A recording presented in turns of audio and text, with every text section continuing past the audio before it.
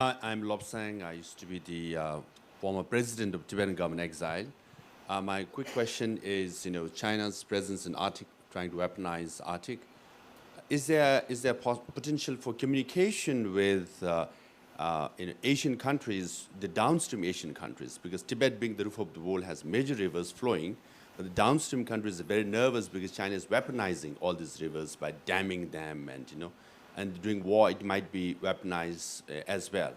But the other question I also want to make is, Minister Blair talked about rare minerals being exploited by China. Tibet is very rich. 50% of the copper, gold of China, or 75% of lithium reserve is in Tibet. 80% of cotton is in Uyghur region. 90% of rare earth is in Inner Mongolia. But Western companies, including Canadian companies, are investing and exploiting these rare minerals, thereby enabling, China to monopolize rare minerals. So that's not just Canada, America, Australia, even Europeans as well. What do you have to say to that?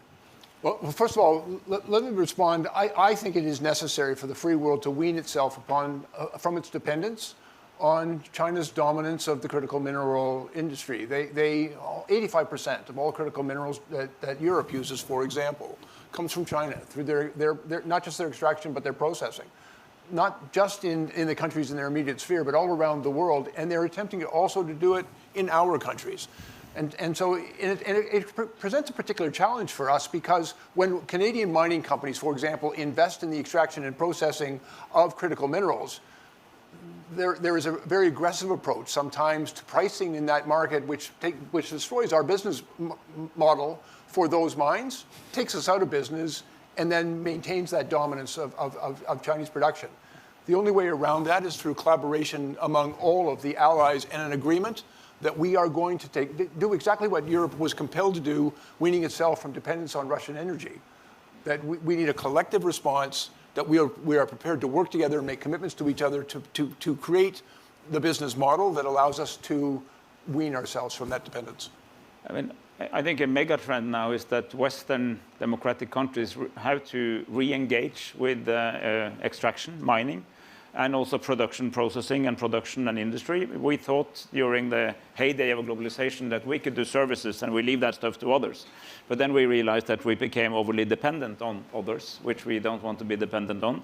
So this is really a big part of the conversation that we need to have. We have it in Europe. We need to have it with Canada, North America, and the US, because this is a shared challenge that we must avoid. This is not necessarily about protectionism.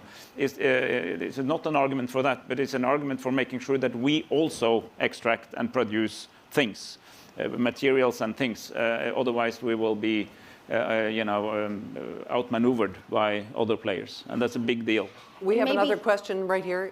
Okay. Do you want to quickly chime in? Just very quickly. It's just that as the Northern Director for Arctic 360, Canada's only Arctic think tank, we've been trying to actually reach out to the private sector to look at ways in which they can support the financing of the infrastructure in the Arctic. What is surprising is how much of our Canadian pension plans invest in China and not investing in Canada, let alone in the Arctic.